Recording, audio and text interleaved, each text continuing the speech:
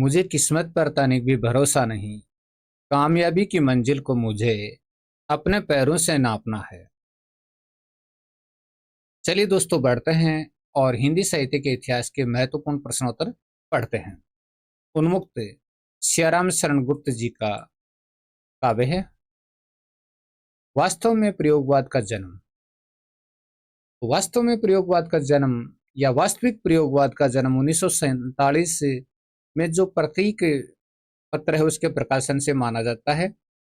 लेकिन प्रयोगवाद का जो प्रारंभ है वो 1943 में तार सप्तक के प्रकाशन से ही प्रारंभ हो गया था, जिनका संपादन अंग्रेजी ने किया था। लेकिन वास्तविक प्रयोगवाद का अगर जन्म देखा जाए तो 1947 में जो प्रतीक पत्र है उसके प्रकाशन से माना जाता है। नई कविता के जनक कौन थे? सच्चिदानंद हिरन वात्सन अंग्रेजी को नई कविता का जनक माना जाता है। प्रयोगवाद के प्रवर्तक कौन थे? प्रयोगवाद के प्रवर्तक भी अंग्रेजी थे। प्रयोगवाद के प्रवर्तक अंग्रेजी। कला संसार को बदलने के लिए है। कला संसार को बदलने के लिए है, ये जो वाक्य है वो कौन कहते हैं या किस सिद्धांत से मेल खाता है? प्रगतिवाद के सिद्धांत से यह संबंध रखता है कि कला संसार को बदलने के लिए। मधुस्रोत आचार्य रामचंद्र शुक्ल की कविताओं का संकलन है। बहुत शानदार प्रश्न है। मधुस्रोत नाम की जो रचना है वो आचार्य रामचंद्र शुक्ल की कविताओं का संकलन है। ये पहली बार आपने प्रश्न पढ़ा होगा। संस्कृत निष्ठ हिंदी के समर्थक थे।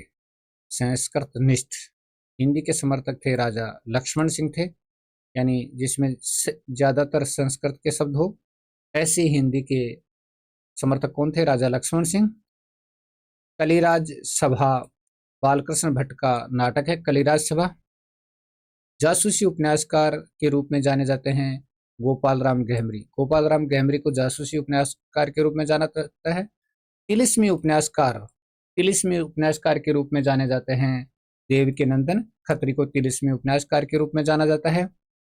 भारतेंदु का नारी पात्रों वाला नाटक, भारतेंदु जी के का ऐसा नाटक जिसमें नारी पात्र हैं। हिंदी नवरत्न की रचना करने वाले कौन थे? तो हिंदी नवरत्न की रचना मिश्र बंधु ने की थी। कवि और कविता, ये महावीर प्रसाद द्विवेदी का निबंध है कवि और कविता। मैथिलीशन गुप्त की प्रथम रचना रंग में भंग है। मैथिलीशन गुप्त जी की प्रथम रचना। नेक्स्ट, बुद्ध चरित आचार्य रामचंद्र शुक्ल की अनुवादित रचना है बुद्ध चरित, शुक्ल जी की अनुवादित रचना। आचार्य हजारी प्रसाद द्विवेदी ने हिंदी को किसका विकसित रूप माना? आचार्य हजारी प्रसाद द्विवेदी जी ने हिंदी को किसका विकसित रूप माना था? ग्राम्य अपभ्रंश का विकसित रूप माना था आचार्य हजारी प्रसाद द्विवेदी जी ने। अपभ्रंश भाषा के व्याकरण की रचना किसने की थी? अपभ्रंश भाषा के व्याकरण की रचना आचार्य हेमचंद्र ने की थी।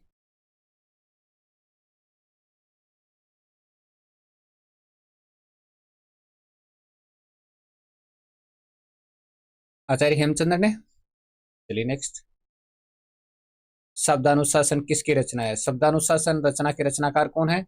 आचार्य हेमचंद्र की रचना है शब्दानुशासन, आचार्य हेमचंद्र की।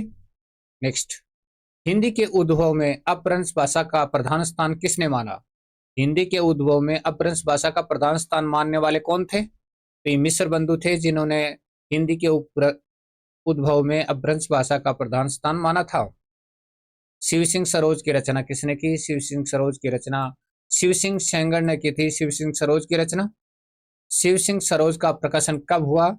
शिव सिंह सरोज का प्रकाशन 1883 में हुआ था। शिव सिंह सरोज में कितने कवियों का वर्णन है? शिव सिंह सरोज में 1000 कवियों का वर्णन किया गया है। मिश्र बंधु विनोद का प्रकाशन कब हुआ? मिश्र बंधु विनोद का प्रकाशन 1913 में हुआ था। मिश्र बंधु विनोद का प्रकाशन। नेक्स्ट, आचार्य रामचंद्र शुक्ल का हिंदी साहित्य का इतिहास हिंदी शब्द सागर की भूमिका के रूप में कब प्रकाशित हुआ?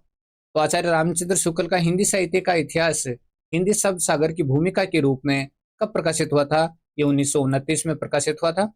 नेक्स्ट, हिंदी साहित्य की भूमिका के नाम से हिंदी साहित्य का इतिहास किसने लिखा? हिंदी साहित्य की भूमिका के नाम से हिंदी साहित्य का इतिहास लिखने वाले कौन थे? तो ये थे आचार्य हजारी प्रसाद द्विवेदी। संदेश राशक की रचना किसने की? अब्दुल रहमान ने संदेश राशक की रचना की। भविष्यत कहा की रचना धनपाल ने की थी, भविष्यत कहा की। और जसरचर्यु की रचना पुष्प दंत ने की थी। परमात्म प्रकाश की रचना जोइंदू ने की थी। पौमचर्यु की रचना स्वयंभू ने की थी, स्वयंभू ने पौमचर्यु की रचना की। पाउरदोआ की रचना मुनि राम सिंह ने की। और ये बहुत ही मोस्ट और इंपॉर्टेंट क्वेश्चन है। राहुल सांकरत्यान ने हिंदी का प्रथम कवि माना है सराफा को। तो राहुल सांकरत्यान ने हिंदी का प्रथम कवि किसको माना है? सराफा को माना है। भक्ति को दक्षिण से उत्तर में लाने का कार्य किसने किया था? भक्ति को दक्षिण से उत्तर में लाने का कार्य रामानंद जी ने किया था। नेक्स्ट, डॉक्टर जॉर्ज गिरेस ने हिंदी साहित्य के इतिहास को कितने भागों में विभाजित किया? तो 11 भागों में विभाजित किया था। और 12वां भाग था अनाम कवि, या एक तरह से जिन कवियों का उल्लेख बहुत कम मात्रा में मिलता उनका विवरण दिया गया है 12वें भाग में। तो मुख्य रूप से 11 भाग माने जाते हैं, लेकिन मूल रूप में उन्होंने किए थे 12वां भाग। जो 12वें भाग का जिक्र भी मैंने कई प्रश्नों में किया है। मिस्र बंधु ने मिस्र बंधु विनोद में हिंदी साहित्य के इतिहास को कितने भागों में बांटा है? मिस्र बंधु विनोद को मिस्र बंधु विनोद में मिस्र बंधु ने हिंदी साहित्य के इतिहास को कितने भागों में बांटा है? 5 भागों में बांटा है, 5 भागों में। और उसके भी कई उप विभाजन किए हैं। ठीक है। मिस्र बंधु ने आदिकाल का नाम क्या दिया? मिस्र बंधु ने आदिकाल का नाम आरंभिक काल नाम दिया था मिस्र बंधु ने। नेक्स्ट, मिस्र बंधु ने भक्ति काल को किस नाम से पुकारा? माध्यमिक काल के नाम से पुकारा था मिस्र बंधु ने भक्ति काल को। मिस्र बंधु ने रीति काल को क्या नाम दिया? मिस्र बंधु ने रीति काल को अलंकृत काल नाम दिया था। मिस्र बंधु ने रीति काल और आधुनिक काल के मध्य एक अन्य किस काल को स्थान दिया? यानी रीति काल और आधुनिक काल के मध्य एक अन्य कौन से काल को स्थान दिया था? और वह दिया था परिवर्तन काल को। परिवर्तन काल नाम दिया था एक नया। मिस्र बंधु ने वर्तमान काल की अवधि कब से मानी है? वर्तमान काल की अवधि 1926 से मानी है मिस्र बंधु ने वर्तमान काल की अवधि। आचार्य रामचंद्र शुक्ल जी ने वीर गाथा काल की समय सीमा मानी है। तो आचार्य रामचंद्र शुक्ल जी ने वीर गाथा काल की समय सीमा कब से कब तक मानी है? विक्रम संवत 1050 से 1375 और ईस्वी सन 933 से 1318 तक। आचार्य रामचंद्र शुक्ल ने भक्ति काल की समय सीमा मानी है। भक्ति काल की समय सीमा कब मानी है? विक्रम संवत 1375 से 1700 तक मानी है। और ईस्वी सन के रूप में 1318 से 1643 तक। आचार्य रामचंद्र शुक्ल ने रीति काल की समय सीमा मानी है। तो रीति काल की समय सीमा कौन सी मानी है? विक्रम संवत 1700 से 1900 तक और ईस्वी सन में 1646 से 1843 तक। आचार्य रामचंद्र शुक्ल ने आधुनिक काल को किस नाम से संबोधित किया? आधुनिक काल को क्या नाम दिया था?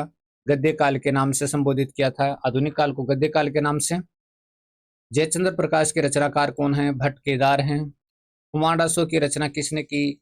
दलपति विजय ने खुमानडासो की रचना की थी, दलपति विजय ने। विजयपाल रासो की रचना किसने की? नल्ल सिंह ने विजयपाल रासो की रचना की। पृथ्वीराज रासो की रचना करने वाले कौन थे? चंद बरदाई थे। विसल देव रासो की रचना नरपति नाला ने की थी।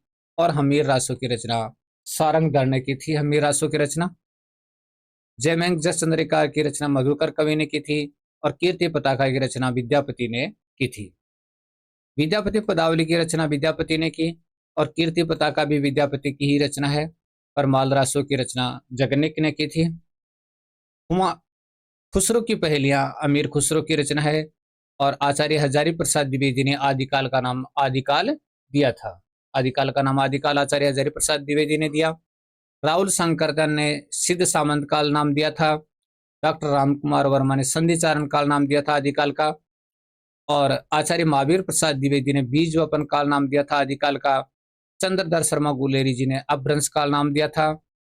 विश्वनाथ प्रसाद मिश्र ने वीर काल नाम दिया था आदिकाल का। और आचार्य रामचंद्र शुक्ल ने वीर गाथा काल नाम दिया था। शिव सिंह सेंगर ने हिंदी का प्रथम कवि माना है। तो पुष्प दंत को उन्होंने हिंदी का प्रथम कवि माना है, शिव सिंह सेंगर ने। नेक्स्ट, डॉक्टर गणपति चंद्र गुप्त ने शालिभद्र सूरी को हिंदी का पहला कवि माना।